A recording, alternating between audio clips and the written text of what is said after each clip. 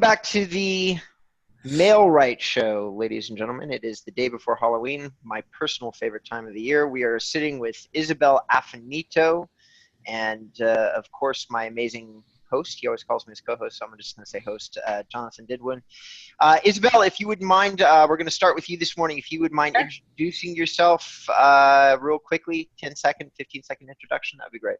Sure, absolutely. My name is Isabel Affinito. I live in Austin, Texas, and I am a realtor with JB Goodwin Realtors in Austin. And JB Goodwin has been in Austin for a long time. They're a very old staple in town. I'm not from Austin originally. I was born in Oklahoma, and my husband and I met in the Northeast when we went to Villanova. And here I am, selling real estate in Austin.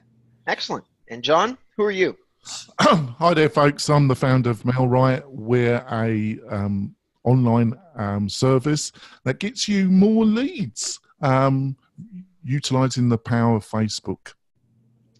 Excellent. And I am a blogger. I blog about real estate marketing, and I also am a founder of a couple different online marketing companies that relate to real estate marketing. So that's the trio, the roundup. Today we're going to talk to Isabel about some of the marketing strategies that she's tried over her career. She's been, we got referred to her by Chris Stafford, and she's already been on some real estate rock star kind of thing. She's had plenty of press, and so we were very impressed with her and real excited to have her on the show today. So, Isabel, the format that I have suggested and I would love to hear about is I'd like to hear about some of your biggest successes and failures, specifically as they relate to really like marketing yourself for real estate. Like, sure. What have you tried that worked, and what have you tried that didn't work? And I may ask you a couple of detailed questions. You can feel free to take a pass, but I really like to get into the numbers for our audience. Like, if you tried something, I might ask, how much did that cost you? You know, or and like it didn't work, or it did work. Like, what was the ROI? You know, that kind of thing. Sure. So, all right. So over to you, Isabel. Okay, great. Should we start with what didn't work or what did? Sure. Why not? However you want to do it. Let's start with what didn't work. Okay. So it's interesting being a real estate agent if you're not on like a big team. So I'm not, I've always been independent, which means that I sort of had to figure everything out for myself.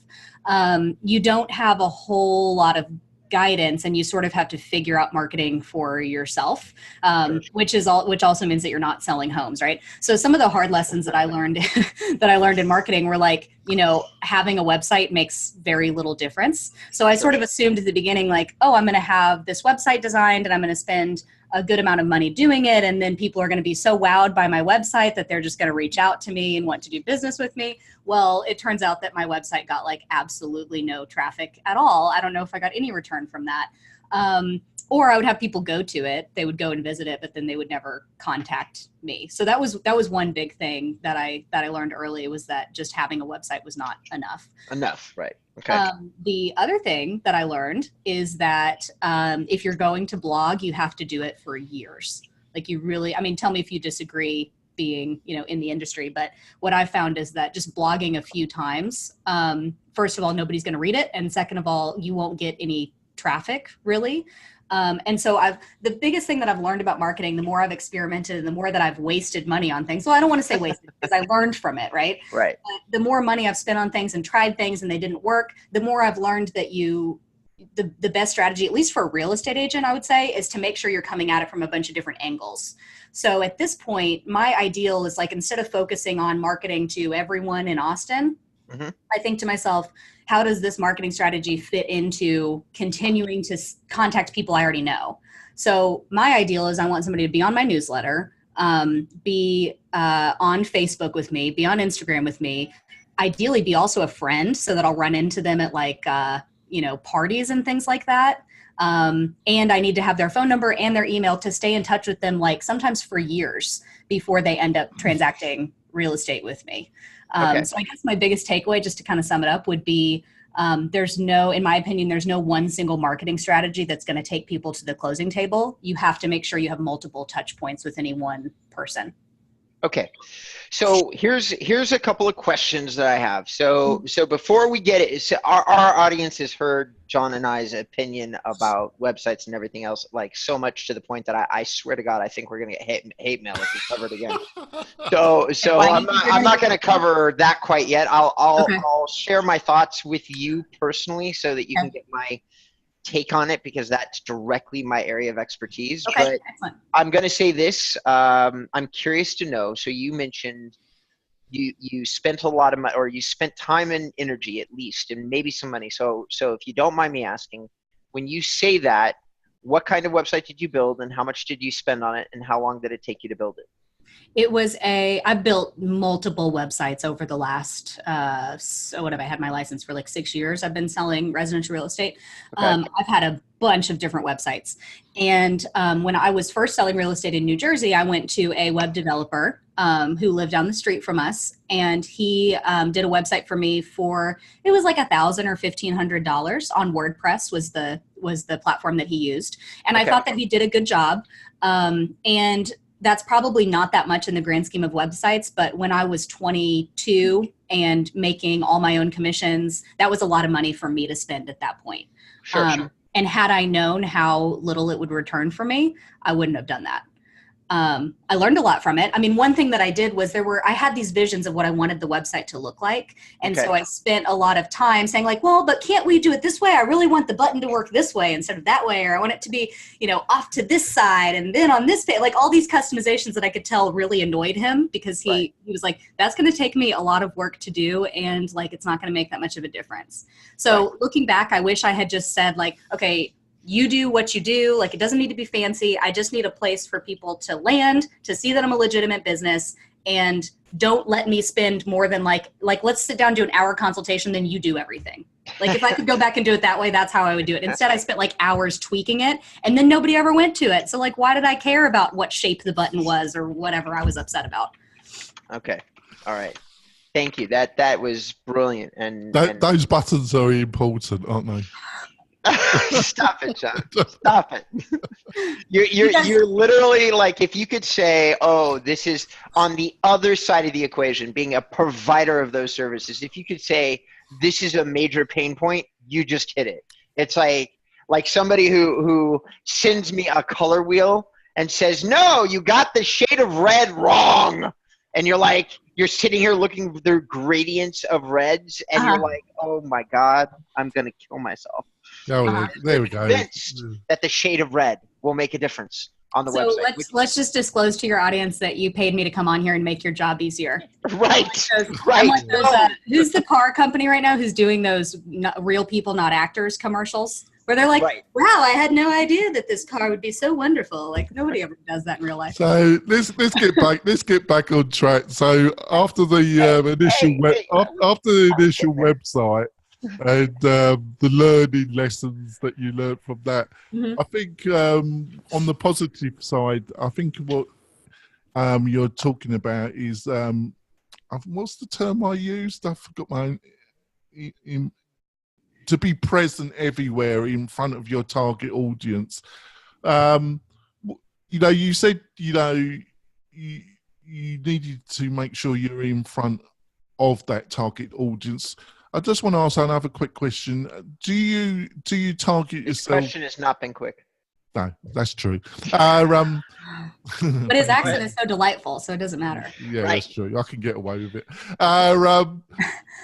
Have you niched who your target audience is? Is there a particular person that you think you're best suited in your market? I'm glad that you asked this, because maybe you guys can help me. This has been something that I have wanted to nail down for years and have been unable to. So I don't like being in a position where it's like, well, I help anyone who wants to buy or sell real estate in Austin, Texas, because that feels too broad to me. But as I look at the clients that I have worked with and the clients that I've had the most fun working with, there's no demographic or income bracket or age bracket or anything that I can point to, or even area of town necessarily. So I've had, clients who were single and 72 and female, that I loved working with. I've had clients who were, 23 and couples, and I mean, just everything in between, and every sexual orientation. And I mean, there's just nothing that I can point to and say like, these are my people. What I really enjoy about working with my clients is I like helping people make really successful real estate decisions. I have sort of a tendency to be a teacher. So it's important to me to help my clients understand what's going on and to stay in touch with them after the transaction and help them build like a real estate portfolio. So when my clients call me after the transaction with questions about interest rates or whatever, I love that. I know there's some agents who are like, if you're not buying or selling right now, then don't bother me. But that's not me. I love for people to stay in contact with me in between. So I'll wrap this up and just say, the short answer is no. I don't have like my niche figured out, and it's something that I would love to figure out. I just have tried for years and I haven't been able to. I can only answer this question from an SEO perspective. Like I can't really say. You seem like a very bright and energetic personality, and you most likely just love people. I do love people. It's true. That honestly, in terms of trying to figure out a personality type you want to do business with, I don't see that being successful. I can see, like, in terms of what works inside of real estate marketing, what works is to create for yourself a sense of expertise online. And what I mean by that is we want to go by community or subdivisions. I've done a lot of work in Texas, and I love Austin. And the beautiful part about Texas is much of it is filled with new development, which means that subdivision strategies work really well. And what works about subdivision strategies, what works about like, so it also works in terms of website strategies where you build a website that silos down. And what I mean by that is, let's just pretend for a second that you do Austin real estate, right? But you can't do all of Austin. So then you would have a website that says Austin, and then you pick out a sub-territory of Austin, and you click a button, and now you have like a list of communities within that sub-territory. And then you click that button, and that drills you down into the into the actual subdivision. Because one of the ways that people fail epically at real estate websites these days is they have to have everything be clickable with one thumb. So these search bars and these general sites that are very pretty, that have a search bar, they all fail right now. They're not successful. I don't care who's peddling them. They're not going to be good for you. So what do you want? You want to decide in advance what subdivisions and specific markets that you want to target. Now that isn't a personality specialty, it's an area niche. I like that approach. Go ahead, Jonathan. I don't want to interrupt you. No, I was just going to say, you could go exactly what Robert has said. I call it geo-nichifying. You find actual areas that you want to become the actual geo areas in your Austin, that you want to be known as the expert. If you're going to buy a property in that particular zip code, you're the person that they should approach, and that's how you position yourself in the market.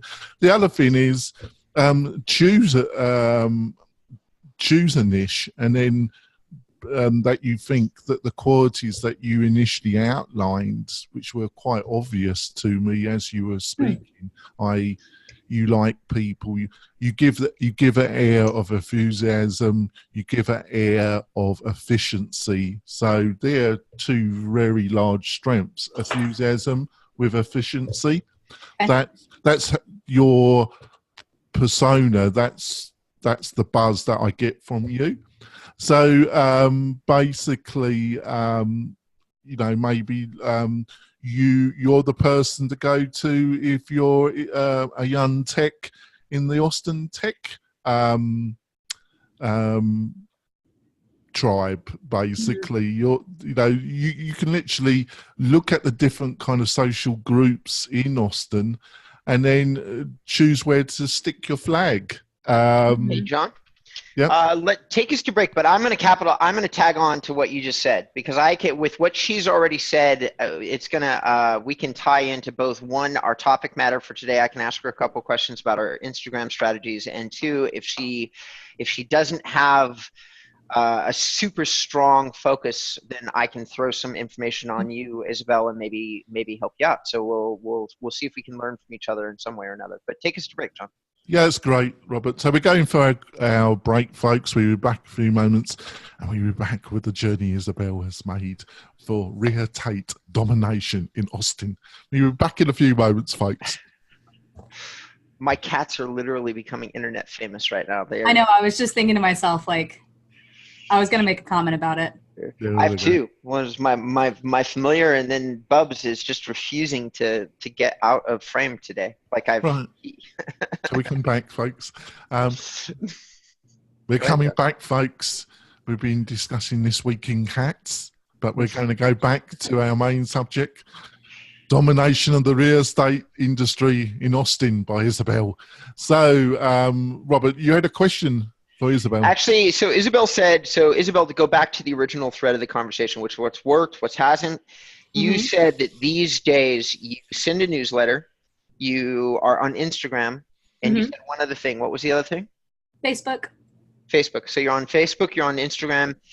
So my first question for you is, do you have an ROI off any of these strategies? In other words, have you made money, gotten a new customer off any of these social platforms? Good question. So I have spent a good amount of money on Facebook, and I've gotten enormous numbers of leads, but none of them have converted to a closing.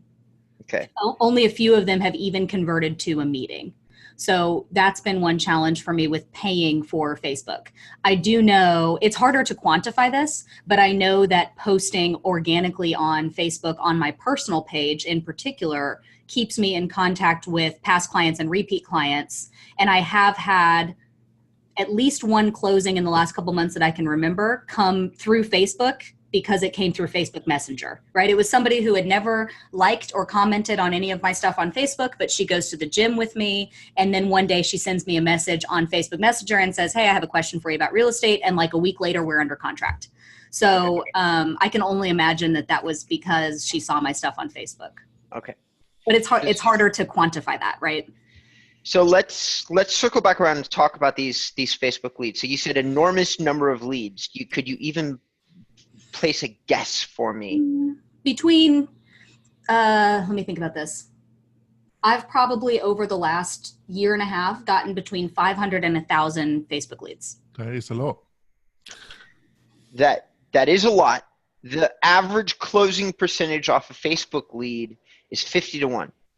Okay, for real estate. So I'm doing badly. You've gotten 500, you're below average. However, here's the next question, and I'm going to guess you're going to say that you don't have a tool in place.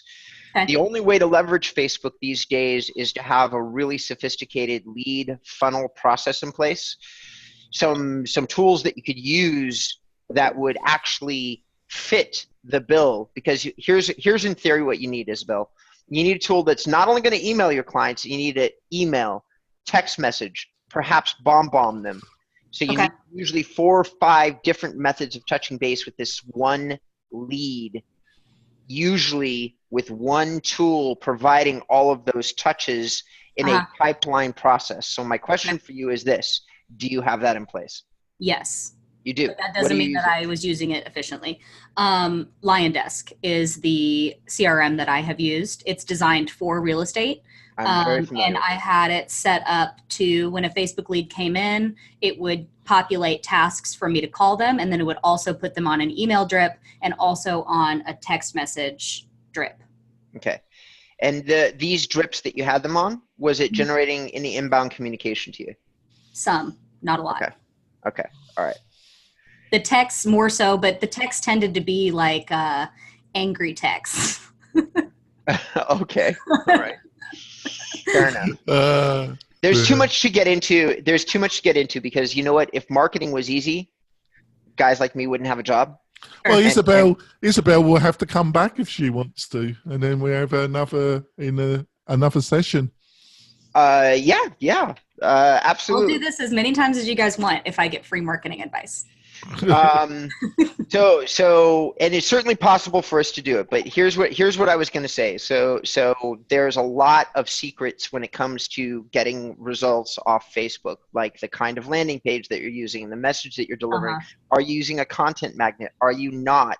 So all that would come into play in terms of then what is your follow-up like? It sounds like you had a good setup with LionDesk. I use LionDesk for some of my Facebook marketing campaigns, but the numbers I gave you are still accurate. It's 50 to 1. So if you weren't getting the 50 to 1, then there's something inside your process that was broken, or perhaps the very start of the process was broken. Or when I say broken, I just mean it's not going to get you a result that yields an ROI. To me, any kind of marketing that doesn't yield a profit is broken. Yes. It also depends. You said you've done a lot of Facebook advertising.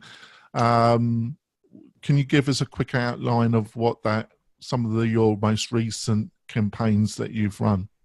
Sure. So most recently, I was working with a Facebook marketing person who I liked a lot personally. And I felt like it's hard to find marketing people who set proper expectations and then deliver on them. And I felt like he did that.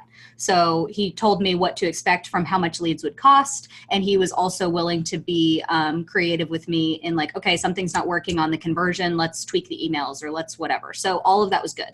My issue was, so we were running, there's something called the direct buyer program that I have, which the point of the direct buyer program is to give buyers access to properties that aren't necessarily on MLS, and to make sure that they're hearing about properties as early as possible.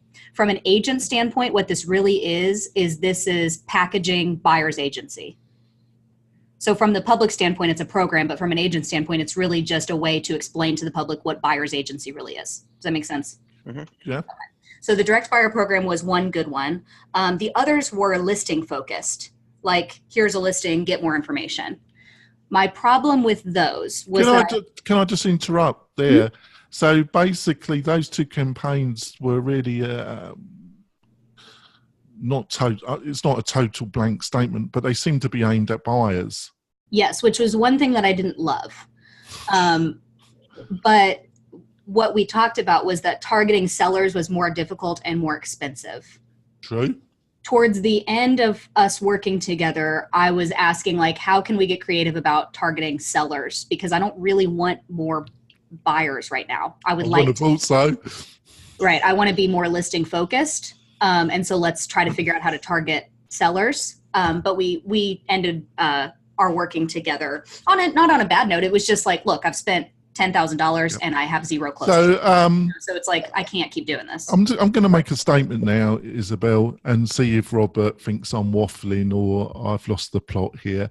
But which he often thinks so. He thinks I'm grouchy. He thought I was grouchy today. I don't know. I think I'm very friendly. I said dour. Dour. All right, go ahead. Dour, Isabel. We call me dour. But I think on a kind of global view, I think I sense what the problem is. The problem is linked to the niche question. Really, when you find a niche, you'll be able to target to your audience, market to your audience a lot more effectively. At the present moment, it's a bit of a kind of shotgun effect. You're kind of, and so because you haven't niched. And then through that niche, you find out a lot about your target audience and their needs and wants. And by knowing that a lot, going for a geo niche solution is hard work. But initially, it's the most easiest because you're just choosing an area that you really like. Sure. And then you can focus your Facebook adverts to that specific area to sellers. So that becomes a lot easier. But you can choose another niche, and one of those I suggested to you. But by doing that, you'll find that the Facebook marketing and all your online marketing becomes a lot more easier. Is that making sense? Yes. Yes. And I like the idea of going the geo route because I can think right off the bat of 2 or 3 zip codes that I like. I spend time in going to restaurants and bars. A lot of my friends live there. It's close to my house, which means that I don't have to drive 45 minutes to go to a listing appointment or a buyer's appointment. I can be more efficient in my business. And those are the places that I hang out anyway. And I enjoy selling property there. And people have questions for me about, I know the gossip about the neighborhood. And so it would be easy for me to do that. I'm not sure what has stopped me from just committing to 78704. And it's a little excluding people. I call it nichifying. I'm not sure there's actually a word, nichify, but it's a little bit frightening, because fundamentally, in the end, you're also restricting the amount of people that you might appeal. So it's counterintuitive in some ways, but I can tell you that I've got another business, and when I about 2 years ago, I decided to only appeal to a certain subset of my other business market. Did my business really take off? And I became the kind of success level that I was looking for. So I'm only telling you what worked for me. I think it's something that you should strongly consider. And also it has the benefit of, if you choose to niche through a geo-marketing, specific zip codes, the general material that you talk about, videos about that area, your Instagram post, your Facebook post, it becomes, the subject matter becomes self-identifying. It should be about those zip areas. So it all kind of integrates and becomes a lot more easier because you have focused. Sure. What do you reckon, Robert? Am I waffling? Waffling? No. I would say that I agree with about 80% of what you said.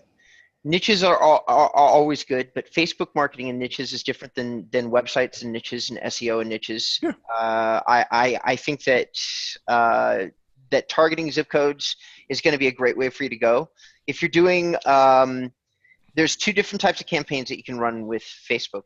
So, Isabel, we can direct somebody to a landing page that has a very fast content magnet. And honestly, your expertise for a particular niche is not going to matter that much in terms of getting a better result from that content magnet or getting a better result. Where a niche would play is you're going to target your landing page to everybody inside a zip code. And once you get on the phone with them, you're going to be an area expert. The only time that being in a niche is going to impact your actual Facebook marketing campaign that is not inbound or informational based is going to end up being if you're doing video on your landing page, which I would strongly suggest. John and I have both laughed about this in the past. Some people have a face that's made for radio. You do not. You have a face that's made for video. You need to use it if you can. And that's, listen, I'm a brass knuckles kind of marketer. I really am. I call it as I see it. Some people that's not going to be successful. With you, it probably would be, as long as your message is good. As long as you I have done a lot of videos on Facebook, Facebook Live, but also I have done a lot of 1 minute long videos on a topic. Like a client will run into a problem or somebody will have a question or something, and I'll record a 1 minute video explaining interest rates or explaining exactly what you want to do. Whatever. We're gonna have to end our podcast part of the show, but hopefully Isabel's gonna stay on, and we have another additional 10 minutes to wrap up our discussion with Isabel and then hopefully she will decide to come back at a later stage. Isabel, how can people find out more about you and what you're up to in Austin? Sure. The best places to find me are on Facebook. My personal Facebook page is probably the best one, honestly, Isabel Tinker Affinito. I'm also on Instagram at Funky Homes of Austin, and I have a website, isabelaffinito.com. I love the name, Funky Homes. Robert, how can people find out more about you and what you're up to? As usual, everybody can come and find me at inboundrem.com, and I have more content on my website than almost any human being can possibly absorb at this point. So whatever you want to know about real estate marketing, you can find there. And if you want to contact me, the dour host of the show, The dour English host, like a Craig Loud. the dour, you can go to the Mel Wright website where you'll be able to watch the bonus content, the additional element of our conversation with Isabel, or you can go to the Mel Wright YouTube channel, or you can go at 9 a.m. Pacific Standard Time every Tuesday and watch our interview live with our guests or our internal discussions, where we try and give you more information and more knowledge from our guests about how to make you a more successful real estate agent and provide success for yourself and for your family. We'll be back next week, and I wish you happy hunting for your leads. See you later, folks. Bye. So I had to interrupt because we try and keep it to half hour. So what was you saying, Isabel? Video. We were talking about video. Yeah. So those 1-minute videos have been very, very successful for me. People watch them. People, when I run into people out and about, they're like, oh, I love your videos. They're so informative. People share them. And then I can also use them to make me more efficient, because instead of having to have one-on-one conversations about everything, I make those videos available to my clients where I think they'll be used, and then people answer their own questions that way. So that's been extremely successful for me, and I would love to do more of that and make it, leverage it more. Yeah, I think you're spot on with the length of the videos. When your live question and answers, do you do that try and do that at the same time every week? No, I don't. I don't do that many lives. I don't do them consistently. I do them sporadically. I do have my videos being published on a schedule once a week, though. So I record a bunch of them, and then I have a guy who's scheduling them out and doing the captions and things like that. It would the actual 1-minute videos, I think that's totally fine. If you're gonna the live video, try and do it at the same, if you can, kind of calendar out a time, half hour, 40 minutes, the same time every week or every second week. Especially if you could do it every week, but if it's pushing it, do it every second week, but do it at the same time religiously if you can. And the point, there was a discussion of real experts in the social media. They run a website called Social Examiner, and they found that long form Facebook video really doesn't get a lot of engagement. But short videos, which you're doing, the one thing that does work is if you're doing like a live Facebook where you're answering questions, because what you're trying to do is get engagement, and you really got to have your focus on when people come on, they ask you questions and get a lot of back and forth. Which is perfect for what you just outlined. So that's the one thing I would say about that, is to get into a schedule with that. Sure. Jonathan, may I share with you something that I have coming up this week and get y'all's opinion about it? Yeah, sure. So there's a guy in my office who has had an enormous amount of success doing online first-time home buyer classes. And he sets the event, and then people say they're interested in the event or going. And then he talks to them on Facebook Messenger as well. And actually, he's been holding the events in person. And he said a lot of his closings have come not from people who come to the events, but people who say they're interested. So what I decided to do this week is I'm partnering up with a lender that I work with, and we have an event coming up about creative real estate financing for investors. And we're going to do a Facebook Live, and Ginger and I are going to talk about real estate finance and take questions from people. So I'm just curious, just kind of having shared that with you, what are your thoughts about that setup? It's my first time doing it. I think it's a great idea, but I think if it fitted in, that's the other point. If you had that on a schedule, if you're doing your live once a week at the same time, you could bring in a guest. Doing something like that, unless the person you're doing with it, or I don't know what bigger following you've got in the Austin area for your own Facebook following. The problem with that is, unless the guest's got a big following, it's a one-off, if you understand. So you're going to get some people find you who are at that moment looking at the stream and they see you talking, so you will get an audience. But that, if it was set at the same time every week with question and answer and then the occasional special guest, the audience would be a lot larger. Is that making sense? Yes, absolutely. I like the idea. I just, I don't know what I would talk about every week. Like, there's a little bit of a fear for me of doing that and sitting there for 30 minutes with no audience, and like not talking. Well, that is the problem. So you got to grit your teeth and you got to okay, so you just have to put up with that for the first couple. Yeah, basically, and you know, you just gotta grit it and fight through it. There's no anything that's worthwhile doing. Unfortunately, isn't easy. I found that. But there we go.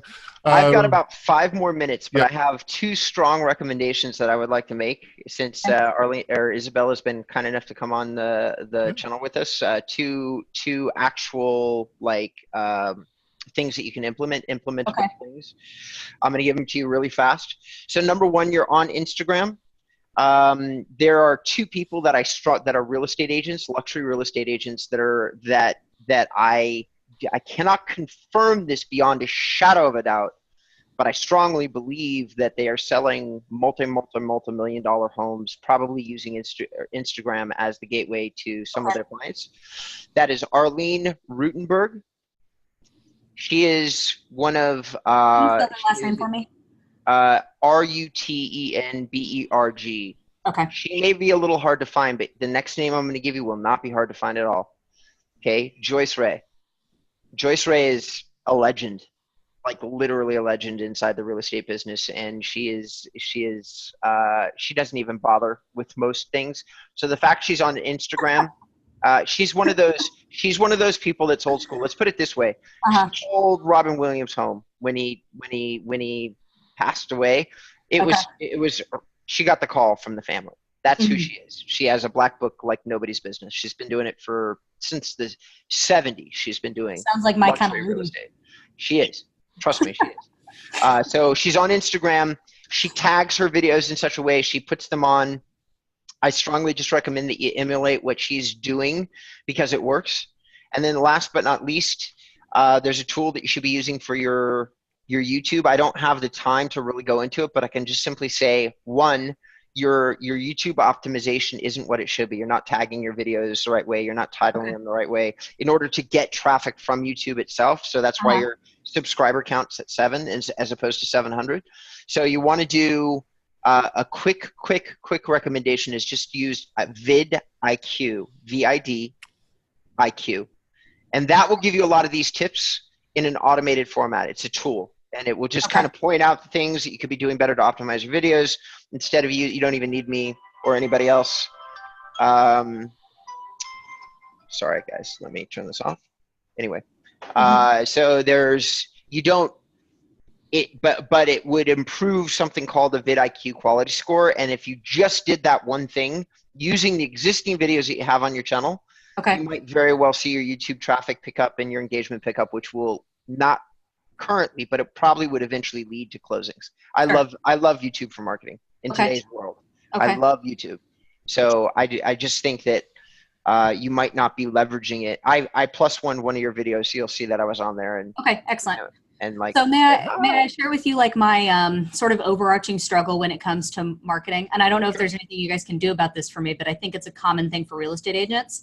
I'm constantly bouncing back and forth between wanting to be really involved and being frustrated and throwing my hands up and being like, screw this, I'm just going to go sell some houses.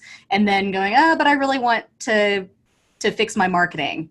And like, I'm always wanting to just find someone that I can just pay to do all this crap for me and have it work. But then I keep like doing that and then I don't get the return. And so then I cancel it and then I wait a couple months and then I do it again. So I'm always like bouncing back and forth on this spectrum of like wanting to increase my marketing presence and then getting frustrated and cutting it all off.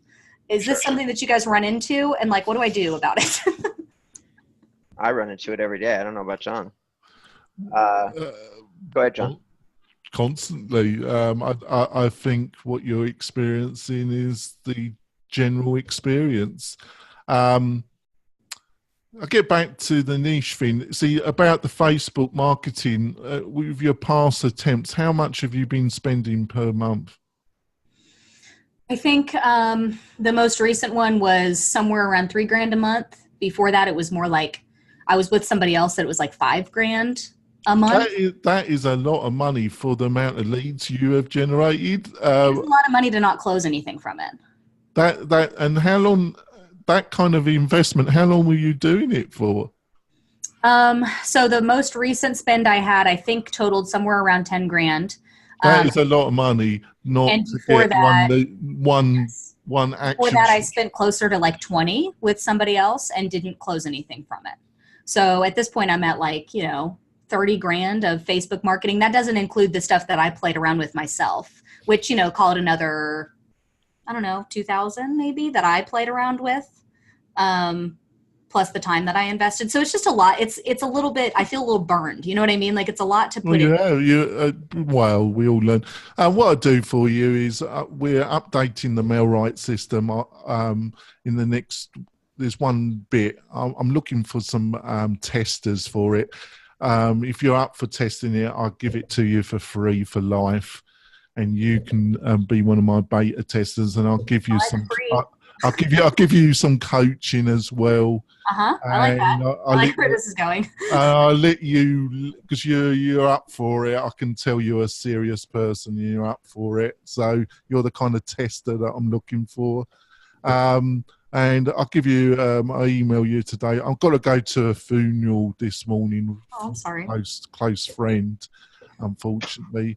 So it'll probably be tomorrow when I email you, and then I'll give you, we can book something on a Zoom, and I'll walk through the MailRite system and show you how it works. And then I'll let you rip with it. I think for that, I don't know what Robert's reaction to this is. You've spent that's a realistic budget to get a lot more. I don't know what was happening. My only concern was with the last guy that you were working with. It was buyers, and you don't need buyers, you need sellers. Mm-hmm. So I think anybody who's got any experience working with real estate people in Facebook, they know that they need sellers. What do you reckon, Robert? I reckon that that is true. There's always specifics and details, and here's what I'm going to stress to both of you. So Isabel, Jonathan's been working on a software system for a while that is MailRite, that is his company. It's headed in a really great direction. So I think you probably both could see a lot of benefit from testing it out. You certainly cannot do worse than what you've done in the past. My 5-second recommendation for you is, and I get this all the time because I know some of the top marketers in the world. And you know what? If you don't understand a particular vertical, and I mean really understand it, it is quite possible to spend the kind of money that you've been talking about, because your marketing coaches or whatever, they're learning with your money. Yes, they're understanding what happens inside real estate with your money. You don't want that. No. You want a tried and true specialist that has 100 clients before you, all in real estate. Now, and the conversation with you should be this: well, I've done this 100 times in real estate, but I may not have done it exactly in Austin. Mm-hmm. And if they're honest with you, they're going to say, just because it's worked 100 times in 100 other markets doesn't necessarily mean it's going to work in Austin, because that's the truth. But my history and my experience says that it might, because it works in all these other real estate specific markets. If you don't have that kind of input, I suggest that you don't hire anybody. And guys, I'm really, really terribly sorry, but I got to bounce. But Isabel, I hope you come back on the show, because there's a lot of other things, other ground that I would like to cover, like questions I'd like to ask about some of the other things that you've done. And I do hope that you test John's thing out, because we can put him on the spot and we can like do a show on it. And then we can get your input in real time. And then, who knows, maybe turn him red or something like that. Okay. I like that. Thank you guys so much. Let's stay on, Isabel. And okay, great. Right. It was a huge amount of fun. You were a great guest. I really appreciate you coming on. I know John probably would too. And I'm Robert. You can find me inboundran.com. And I'm super sorry, everybody. I gotta run. Yeah, right. Thanks, Robert. And we'll see you next week, folks, where we'll have another great guest. Okay, Jonathan, it's just you and me now.